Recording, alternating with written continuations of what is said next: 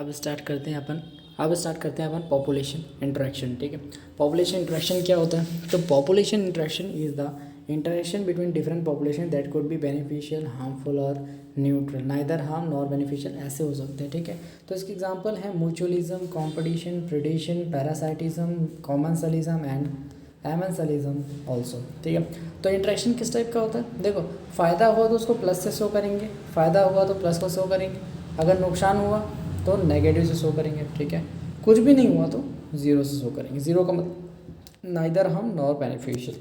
Clear? So यहाँ पे देख लो, where sign plus sign indicate the benefit got to species, negative sign indicate the harm to the species and zero neutral sign indicate neither harm nor beneficial to species, that is neutral. Okay, तो पहला point mutualism से related है। Mutualism में दोनों species beneficial होते हैं, इसलिए positive positive.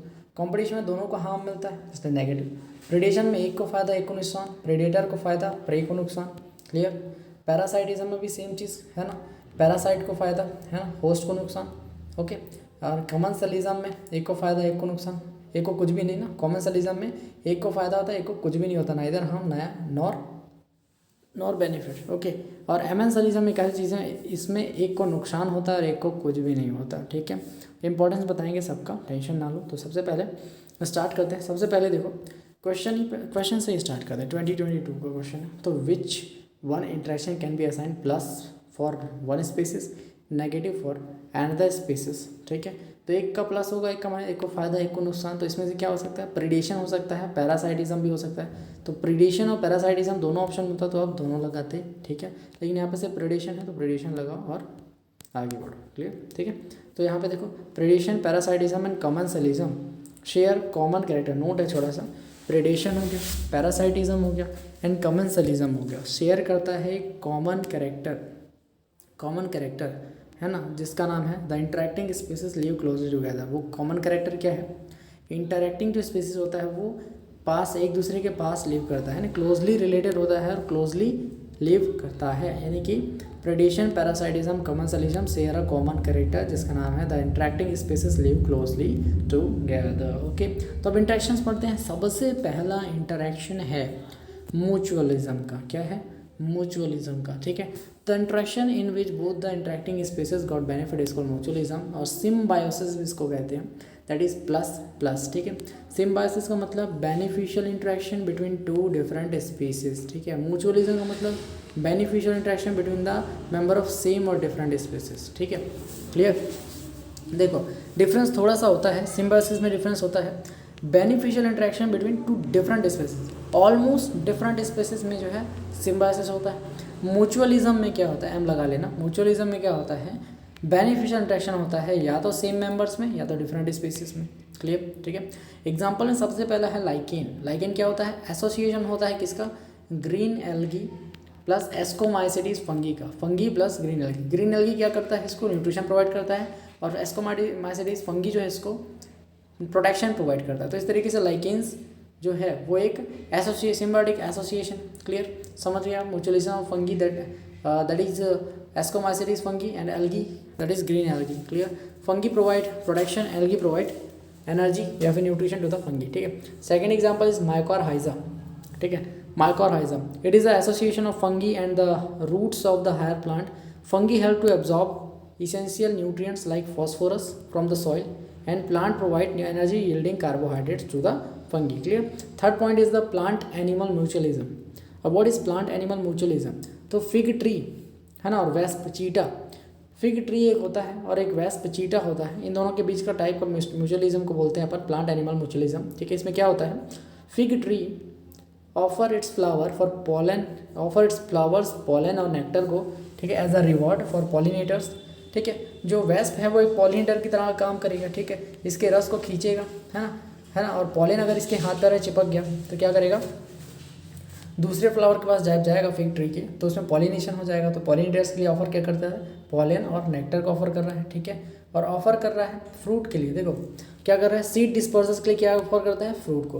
तो क्वेश्चन आता है कि फिग ट्री है ना पॉलिनेटर्स के लिए क्या ऑफर करता है? पॉलन और नेक्टर किराए के रूप में। ठीक है, और सीड को डिस्पर्स करने वालों के लिए फ्रूट को ऑर्डर करता है। तो वेस्प चीटा इसके फ्रूट को खा के उसके सीड को डिस्पर्स करता है और खुद भी क्या करता है, अंडे देता है उसी फिग ट्री में। क्लियर, समझ आ गया। तो wasp spread the pollen and lead to the pollination from the fruit, wasp get the their food. ठीक है, दोनों को फायदा हो रहा है तो इसे म्यूचुअलिज्म या फिर सिम्बायोसिस कहेंगे। क्लियर। अब नेक्स्ट जो है इंटरेक्शन वो है competition. Second one is the competition. ठीक है, तो इसमें क्या होता है, the interaction in which the both the interacting species get harm. ये एक ऐसा इंटरेक्शन है जिसमें दोनों इंटरेक्टिंग स्पीसीज जो है उनको हार्म होता है एंड इज कॉल्ड कॉम्पिटिशन। एक ऐसा इंटरेक्शन है जिसमें दोनों इंटरेक्टिंग स्पीसीज को हार्म होता है, दोनों को नुकसान होता है। Clear. It is of two type, ये दो टाइप का होता है, एक इंटर स्पेसिफिक कॉम्पिटिशन, एक intra specific competition. Same species, देखो डिफरेंट स्पीसीज के बीच में हो तो उसे इंटर स्पेसिफिक कॉम्पिटिशन कहते हैं। इंटर TER वाला डिफरेंट स्पीसीज के बीच में होगा, ठीक है, और सेम स्पीसीज के बीच में होगा तो उसे बोलेंगे इंट्रा स्पेसिफिक कॉम्पिटिशन। ठीक है, जैसे कि lion tiger compete for food and space, तो ये इंटर स्पेसिफिक। ठीक है, और दो मेल बर्ड्स स्पेसिस कम्पीट करेंगे, है ना, मेट के लिए यानी फीमेल बर्ड के लिए इन सेम एरिया या फूड के लिए, तो उसे हम क्या बोलेंगे, इंट्रा स्पेसिफिक कॉम्पिटिशन कहेंगे। दोनों को नुकसान होगा। ठीक है, क्लियर, दोनों को खाना नहीं मिल पाएगा पूरा। ठीक है, तो इसको नुकसान ही तो बोलेंगे। क्लियर। तो सम इम्पॉर्टेंट पॉइंट्स, कुछ इंपॉर्टेंट पॉइंट्स कॉम्पिटिशन को लेके। तो पहला है Abingdon tortoise. The Abingdon tortoise in a Galapagos island become extinct, विलुप्त हो गया विद अ डिकेड आफ्टर गोट। गोट को जब इंट्रोड्यूस कराया गया आइलैंड में तो बकरी घास खा गई, इसलिए आइलैंड पे फूड का शॉर्टेज हुआ और टॉर्टॉइस मर गए या लुप्त हो गए। Second is Connell's elegant field experiment. Connell's elegant field experiment in rocky sea coast of Scotland the superior barnacle Balanus dominates and removed or excluded inferior smaller barnacle cathamelas from that zone। ठीक है, तो क्या हुआ, competition की वजह से जो superior barnacle बैलेनस था उसने डोमिनेट किया और कैथामेलस को रिप्लेस कर दिया, वहाँ से हटा दिया पूरी तरीके से। क्लियर। सुपीरियर बार्नेकल बैलेनस था तो बी फॉर बैलेनस पहले आता है, बी इसलिए सुपीरियर, सी फॉर कैथामेलस जो कि सी बाद में आता है इसलिए इन्फीरियर। तो बैलेनस विल डोमिनेट द कैथामेलस और बैलेनस कैथामेलस को पूरी तरीके से हटा देगा। क्लियर। अब एक कॉम्पिटिटिव रिलीज नाम की एक प्रोसेस होती है, ये क्या होती है, देखो समझो ध्यान से।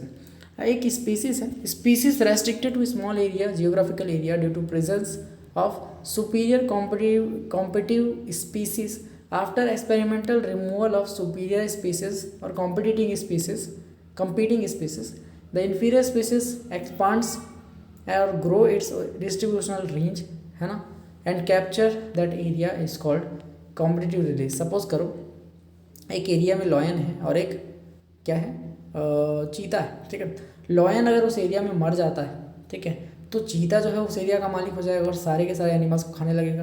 तो इसी को कॉम्पिटिटिव रिलीज कहते हैं। यानी कि जब सुपीरियर स्पीसीज मर जाता है या ख़त्म हो जाता है तो उसकी जगह जो इन्फीरियर स्पीसीज है वो उस जगह को कैप्चर करता है, खुद सुपीरियर बन जाता है। इसी को कॉम्पिटिटिव रिलीज कहते हैं। ठीक है, एक और प्रोसेस है गॉस कॉम्पिटिटिव एक्सक्लूजन प्रिंसिपल, बहुत इंपॉर्टेंट है। गॉस कॉम्पिटिटिव एक्सक्लूजन प्रिंसिपल क्या होता है, this principle states that the two closely related species competing for the same resources can not coexist and one of them यानी inferior species bracket में will completely removed due to the limited resources. ठीक है, अगर किसी area में limited resources है और दो स्पीसीज सेम स्पीसीज एक ही रिसोर्सेज के लिए लड़ रहे हैं, ठीक है, तो उनमें से एक कम खाने की वजह से मर जाएगा, विलुप्त हो जाएगा जो इन्फीरियर स्पीसीज होगा, और जो ज़्यादा सर्वाइवल कर पाएगा, जो स्ट्रांग होगा वो सर्वाइव कर जाएगा और सुपीरियर बन के उस जगह को जीत जाएगा।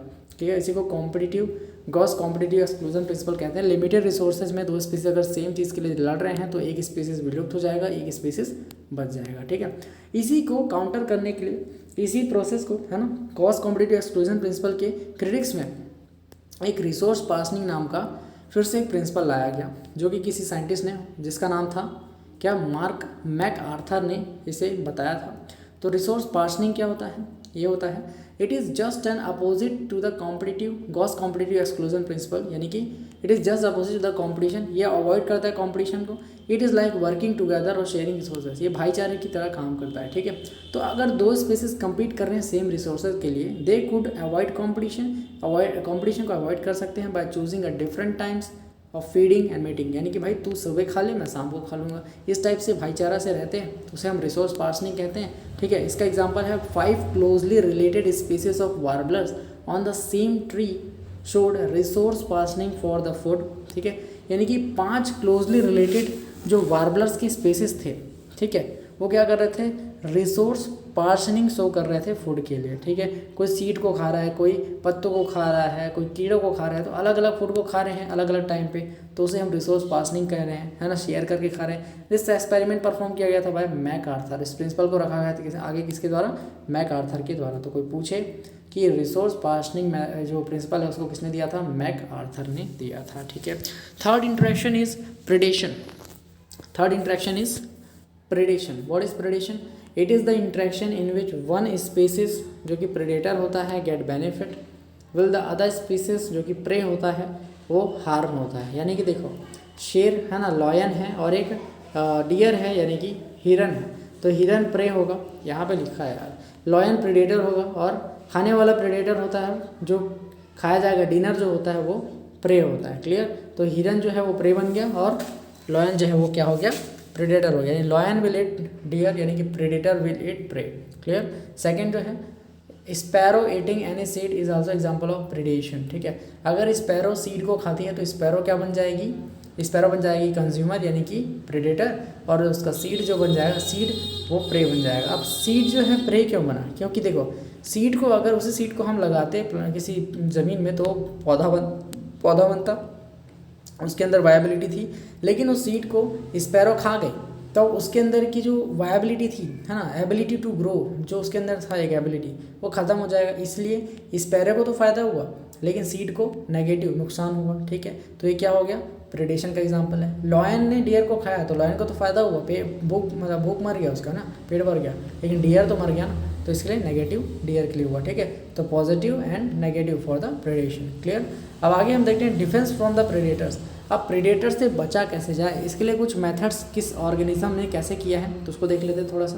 पहला जो है मोनार्क बटरफ्लाई, ठीक है। मोनार्क बटरफ्लाई ने एक टेक्निक आजमाई है अपने आप को बचाने के लिए।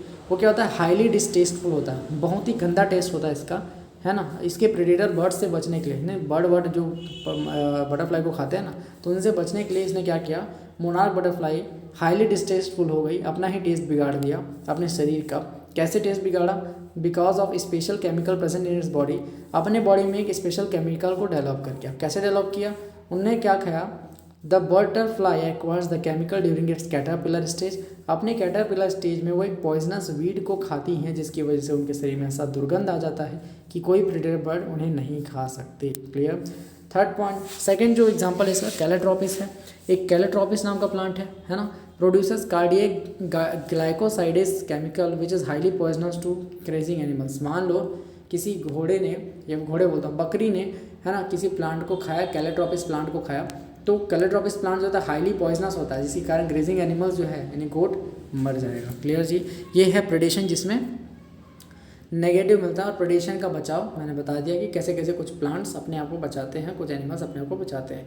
अब आगे इंटरेक्शन देखते हैं हम पैरासाइटिज्म। क्या देखेंगे, पैरासाइटिज्म देखते हैं, टाइम बहुत है, कर लेते हैं, ठीक है। तो चौथा इंटरेक्शन है parasitism. It is defined as the relationship और interaction between the different species in which one organism lives on the other organism and get benefits from it by causing harm to the other organism, that is parasite और host, ठीक है।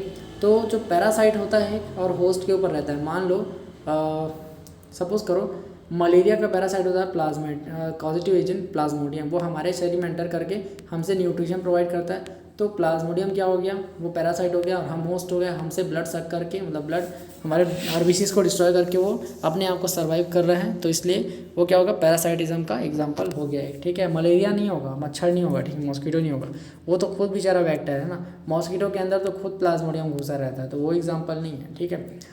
तो parasitism समझ आया, parasite और एक host होता है ना, पैरासाइट हमारे होस्ट के अंदर रहकर उसका न्यूट्रिशन लेता है पूरा, ठीक है, बाहर भी रह सकता है अंदर भी रह सकता है। एंडो और एक्टो पैरासाइट दो टाइप के होते हैं ना, ठीक है।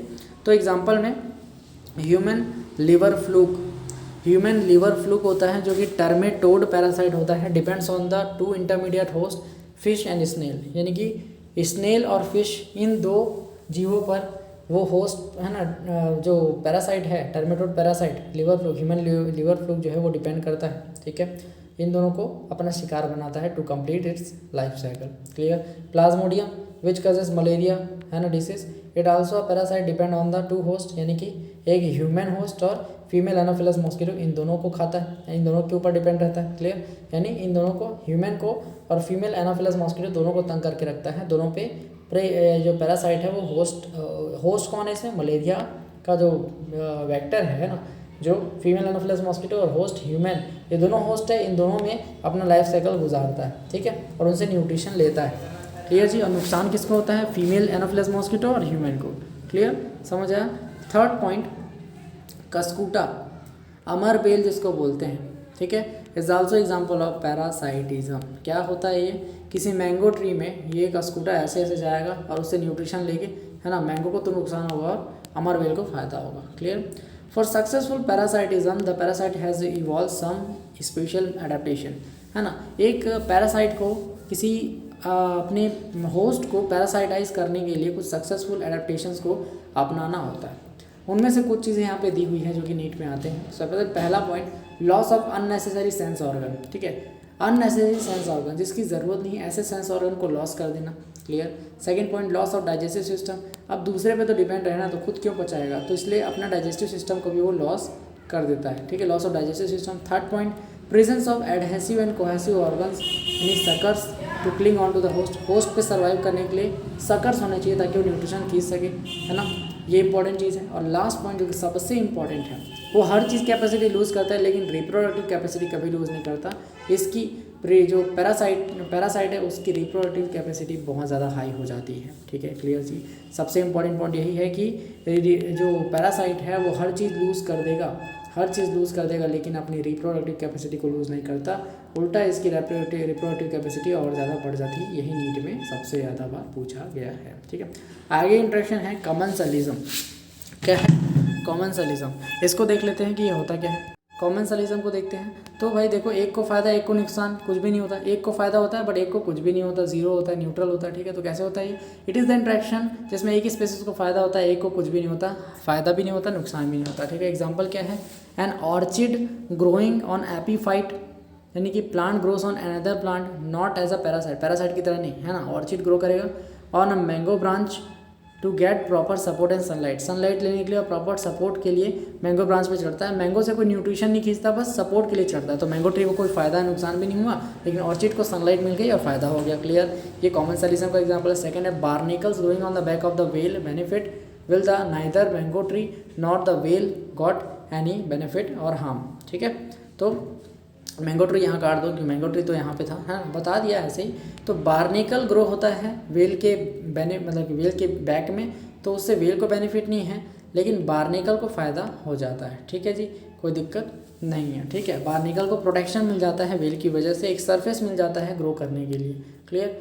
थर्ड पॉइंट, कैटल एग्रेट, ठीक है, एंड ग्रेजिंग कैटल, एक पंछी होता है तो जब ग्रेजिंग कैटल मतलब कि चारा चढ़ते रहता है, घास को चढ़ते रहता है, तो घास को उखाड़ देता है, उखाड़ने की वजह से जो कुछ अर्थवॉर्म्स होते हैं वो बाहर निकल जाते हैं, उसको एक कैटल एग्रेट खा लेता है। तो इससे गाय को तो कोई फ़ायदा नहीं होता पर कैटल एग्रेट को फ़ायदा हो जाता है। तो ये एग्जाम्पल है किसका, कॉमेंसलिज्म का। Last one is sea anemone and clown fish, sea anemone and clown fish interaction, ये भी कॉमेंसलिज्म का एग्जाम्पल है। In this clown fish gets protection due to the stinging tentacles of sea anemone which keeps predators off the clown fish away. By this interaction sea anemone को कुछ नहीं होता, कुछ फ़ायदा नहीं, कुछ नुकसान नहीं, लेकिन क्लॉन फिश को फ़ायदा हो जाता है, उसको प्रोटेक्शन मिल जाती है। Last one is amensalism. What is amensalism, जिसमें एक को नुकसान होता है, एक को कुछ भी नहीं होता, फ़ायदा नहीं नुकसान नहीं, ठीक है। तो in this interaction species one species gets harm, one species neither get harm nor benefit, minus और जीरो से इसको डिनोट किया जाता है, ठीक है। एग्जाम्पल क्या है, interaction between penicillium and bacterium, penicillium और बैक्टीरिया के बीच एक छोटा सा इंटरेक्शन, यानी कि fungus penicillium secretes penicillin which is toxic to bacteria and kill them, so bacteria got harm but penicillin neither benefited nor harm, ठीक है। तो पेनिसिलिन जो है, पेनिसिलियम जो है उसने सीक्रेट किया पेनिसिलिन, ठीक है। अब पेनिसिलिन क्या करता है, टॉक्सिक मटेरियल है, पेनिसिलिन टॉक्सिक है, ठीक है, और वो बैक्टीरिया को क्या करेगा, किल करेगा, ठीक है, टॉक्सिक टू बैक्टीरिया और किल कर देगा बैक्टीरिया को। जिससे बैक्टीरिया को तो हार्म हो गया, जब पेनिसिलिन को कुछ भी नहीं हुआ, बेनिफिट हुआ ना कुछ हुआ, ठीक ठीक है। तो ये एग्जांपल है एमेंसलिज्म का, और इसे मेनली किसमें, जो मेडिसिन के क्षेत्र में ना उसमें इस्तेमाल किया जाता है बैक्टीरियल और वायरल इन्फेक्शंस को रोकने के लिए, ठीक है। अब कुछ क्वेश्चन देखते हैं कि चैप्टर ऑलमोस्ट ओवर होने वाला है। तो इंस्पाइट मतलब के बावजूद of interspecific competition, in spite of interspecific competition in nature which mechanism is competing species might have evolve for their survival, यानी कि इंटरस्पेसिफिक कंपटीशन होने के बावजूद ऐसी कौन सी स्पीसीज है जो कंपटीशन को अवॉइड करके एक साथ इवॉल्व कर रही है, तो वो है रिसोर्स पार्सनिंग। किस मेथड से, रिसोर्स पार्सनिंग से। क्लियर, मैं का अर्थ नहीं दिया था। Second question, the relation between algae and fungi is called symbiosis. Clear, ठीक है, लाइकेन होता है, सिम्बायोसिस या म्यूचुअलिज्म होता है। Clear, association of animals when both the partners are benefited, तो इसको बोलते हैं म्यूचुअलिज्म या फिर सिम्बायोसिस। क्लियर, ऐसे ही क्वेश्चन आते हैं। तो हो गया, यही तक तो था यार चैप्टर, ठीक है। कोई डाउट होगा तो कमेंट कर देना। पूरा चैप्टर ओवर हो गया। मिलते हैं अनदर वीडियो में अनदर चैप्टर के साथ, तक के लिए जय हिंद जय भारत।